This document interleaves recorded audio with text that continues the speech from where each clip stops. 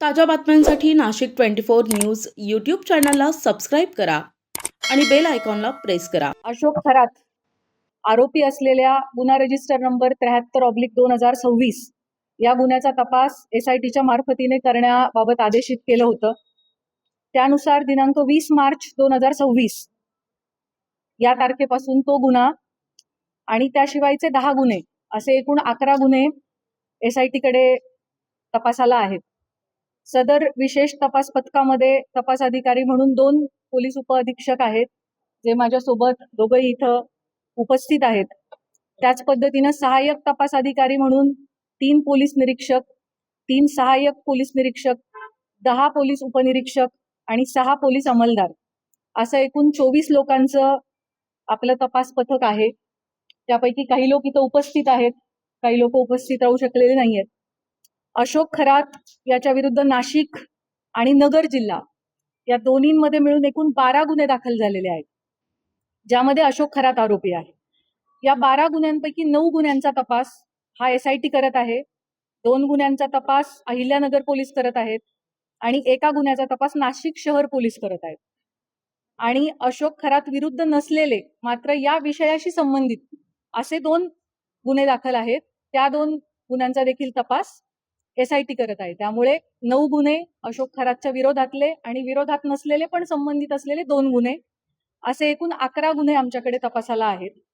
गुन्ह्यातील आरोपी विरुद्ध दाखल केलेल्या गुन्ह्यांपैकी आमच्याकडे असलेल्या गुन्ह्यांपैकी 8 गुन्हे हे महिला लैंगिक अत्याचाराचे गुन्हे आहेत आणि उर्वरित 3 गुन्हे हे फसवणूक आणि त्याच्यासोबतच अंधश्रद्धा विरोधी कायदा, सावकारी अधिनियम 2014 आणि इकॉनॉमिक ऑफेन्सेसची इतर रिलिव्हंट कलम याप्रमाणे दाखल आहेत. महिला लैंगिक अत्याचाराचे सर्वच्या सर्व 8 गुन्हे आणि फसवणुकीचा 1 गुन्हा असे 9 गुन्हे SITकडे तपासाला आहेत.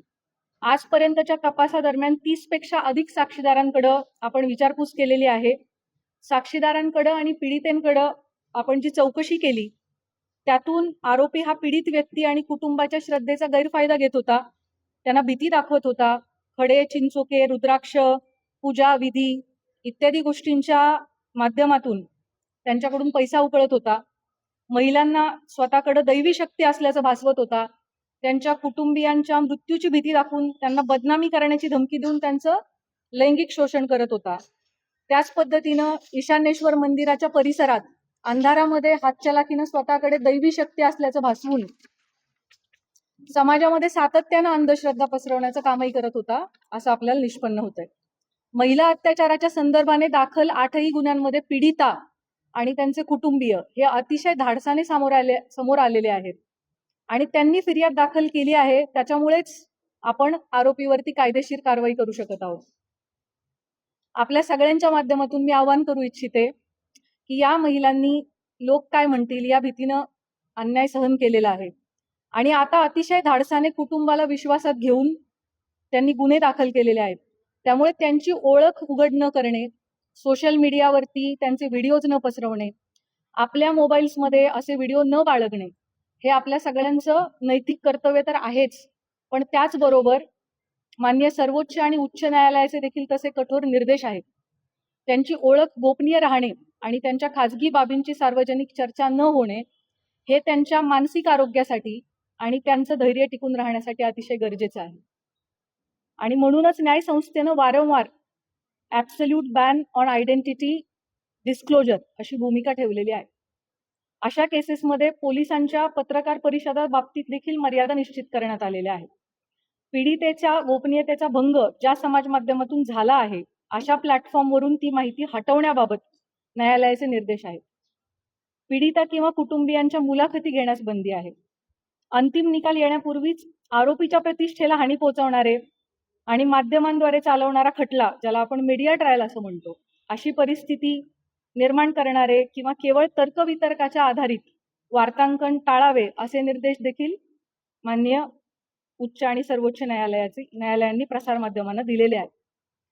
कलम 72 BNS लैंगिक अत्याचाराच्या पीडितांची ओळख उघड करणाऱ्यांना शिक्षेस पात्र ठरवतो.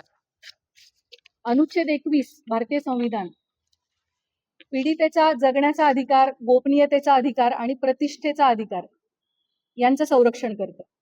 जुलै 2025 मध्ये मद्रास उच्च न्यायालयाने एका महिला वकिलाचे तिच्या संमतीशिवाय चित्रण केलेले खाजगी स्वरूपाचे फोटो व्हिडिओ तात्काळ 48 तासांच्या आत काढून टाकण्याचे आदेश दिलेले होते. अशा प्रकारची सामग्री रोखणं हे राज्याचं कर्तव्य आहे असं न्यायालयाने त्यावेळेला अधोरेखित केलं होतं.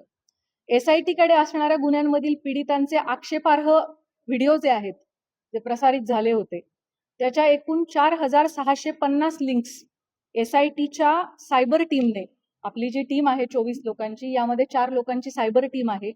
या सायबर टीमचं पूर्ण वेळ कर्तव्य हे होतं की प्रत्येक काही मिनिटांनी काही नवीन अपलोड झालंय का ते शोधणं आणि त्याला रिपोर्ट करणं. सो आपली ही जी SITची सायबर टीम आहे तिने महाराष्ट्र सायबरच्या मदतीनं आतापर्यंत 4650 लिंक्स ह्या डिलीट करून घेतलेल्या आहेत. त्याच पद्धतीने सोशल मीडियावरती आक्षेपार्ह पोस्ट पुन्हा पुन्हा टाकणाऱ्या एकूण 451 अकाउंटला कायमस्वरूपी काढून टाकण्यात आलेला आहे. पीडितांचे आक्षेपार्ह व्हिडिओ प्रसारित केल्याप्रकरणी आतापर्यंत 2 गुन्हे देखील दाखल झालेले आहेत. सदरचे गुन्हे हे सातपूर पोलीस स्टेशन नाशिक शहर आणि कोपरगाव पोलीस स्टेशन अहिल्यानगर या ठिकाणी दाखल असून संबंधित घटकच त्याचा तपास करत आहेत आणि त्यामध्ये आजपर्यंत एकूण 6 आरोपींना अटक देखील करण्यात आलेली आहे. दिल्ली उच्च न्यायालयाने अलीकडेच एका विनयभंगाच्या प्रकरणाशी संबंधित बदनामीकारक स्वरूपाच्या सोशल मीडिया पोस्ट्स काढून टाकण्याचे आदेश दिलेले आहेत आणि आरोपीची प्रतिष्ठा जपण्यासाठी आणि त्याला निपक्ष सुनावणी मिळण्याची खात्री करण्यासाठी न्यायालयाने ही स्टेप घेतली होती. SIT कडे असणारे सर्वच तपास हे अतिशय संवेदनशील प्रकारचे असल्यामुळे त्याविषयीची जी माहिती आपल्याला सांगणं शक्य आहे ती माहिती मी आपणास याद्वारे दिलेली आहे. आपल्या सगळ्यांच्या मनामध्ये या प्रकरणाविषयी अनेक प्रश्न आहेत, मला त्याची पूर्णतः कल्पना आहे. त्यापैकी बहुतांश प्रश्नांना स्पर्श करण्याचा मी प्रयत्न केलेला आहे.